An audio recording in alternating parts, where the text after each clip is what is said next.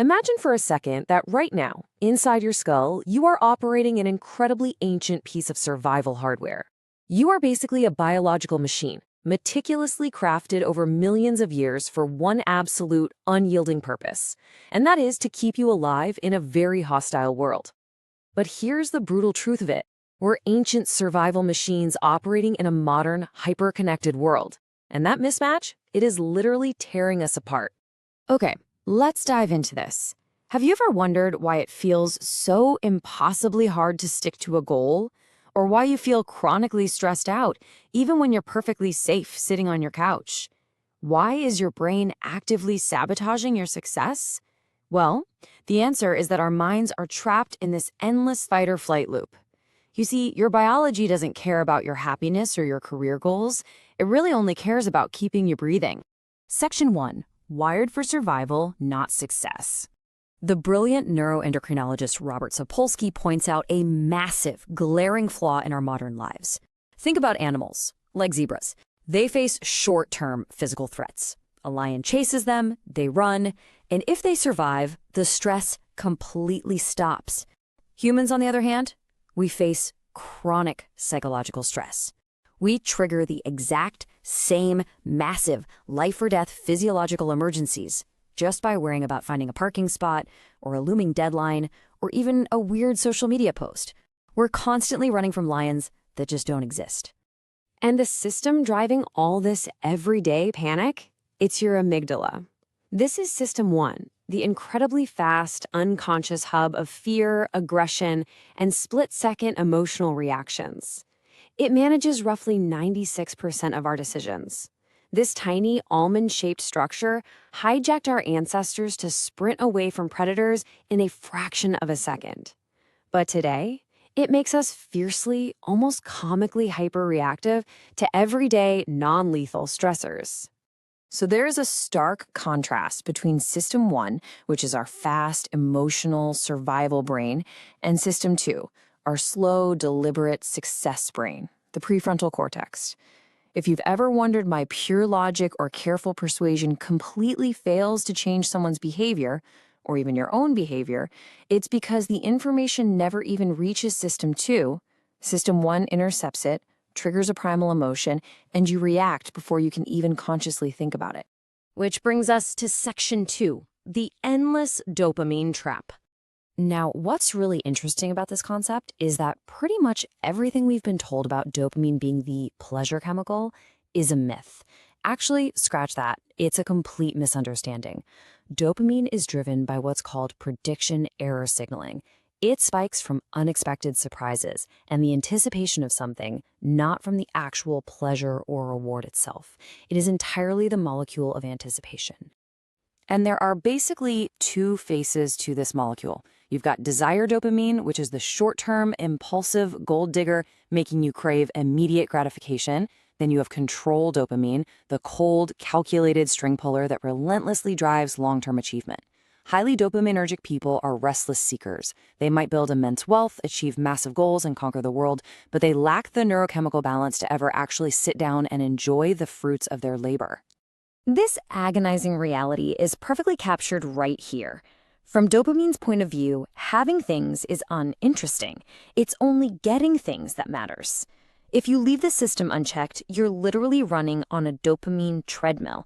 The goalposts for your happiness are going to relentlessly move forever. Once you get what you want, the thrill instantly dies. So we're caught between chasing an endless high and running from non-existent lions. It's a pretty dark reality. Section 3, the cost of chronic fear.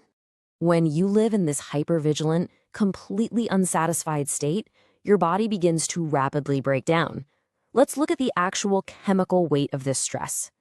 Glucocorticoids are hormones released during chronic stress, and they do something absolutely terrifying. They disrupt your frontal cortex, they sensitize your amygdala to make it even more trigger-happy, and they trap you in old, stubborn habits. Chronic exposure literally makes our brains fall back on worst-case scenarios and habitual, fear-based responses. So, the absolutely crucial point here is this. Chronic stress isn't just an unpleasant feeling. It literally kills brain cells in your hippocampus. Being in a constant state of anxiety physically damages your brain's ability to form new memories, learn, and adapt to your environment. You're biologically deteriorating. Listen, if you feel completely burnt out right now, this is why. Your survival brain is just exhausted. Feeling wired, anxious, and chronically dissatisfied isn't some personal failure. It's the inevitable mathematical result of letting ancient biology run your modern life. But here's the good news. You do not have to be a victim of your biology. We're stepping out of the panic now and taking back control. Section 4, the biological battlefield. And this brilliantly illustrates the tug of war happening inside your head every single second.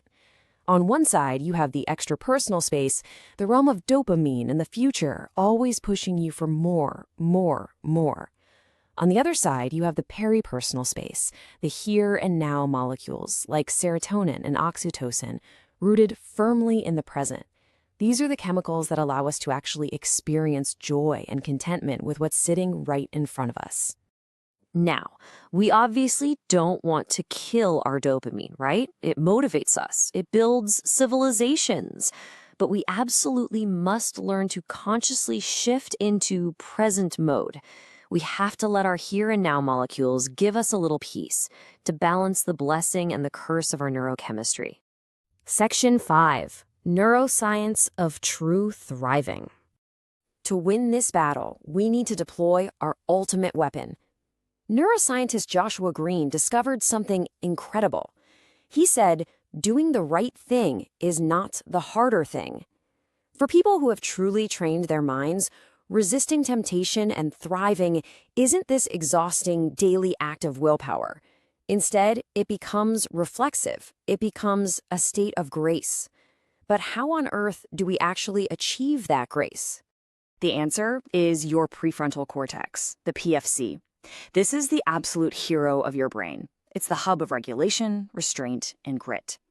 In a fraction of a second, under a tenth of a second, in fact, a strong PFC steps in, actively turns off the amygdala's panic, and says, nope, don't think that way. That is not who I am. I want to challenge you right now to shift your entire paradigm. Turn off the amygdala. Activate the PFC. Stop treating self-control as some kind of miserable punishment. True self-control is the ultimate biological dominance over your inner primal fears. It is absolute freedom. So, how do we practically achieve this? We need a tactical, science-backed roadmap. Which brings us to our final section, mastering your own mind. Let's move forward and see how this builds a resilient mind. It's amazing because thousands of years ago, the Stoics figured out exactly what modern neuroscience is proving today. Step 1. The dichotomy of control. You separate what you can control from what you can't, which immediately drops your anxiety. Step 2, cognitive distancing. You take a step back from your primal emotions so your PFC can actually engage. Step 3, voluntary discomfort. Intentionally doing hard things to train your brain that you can, in fact, survive discomfort. We can supercharge this with some actionable habits used by elite business athletes. First off, turn off all smartphone notifications. Stop letting dopamine hijack your attention. Second, focus heavily on the here and now, parapersonal space. Third, pursue identity-driven goals instead of outcome-driven ones. Tell yourself, I am a focused person, rather than I want to finish this task. And finally, work with your hands to deeply ground your physical senses. Look, relying on sheer willpower is a losing war of attrition. Building smart environmental mechanisms guarantees your success. The brutal truth is that your brain was built to survive the wild, not to thrive in the modern world.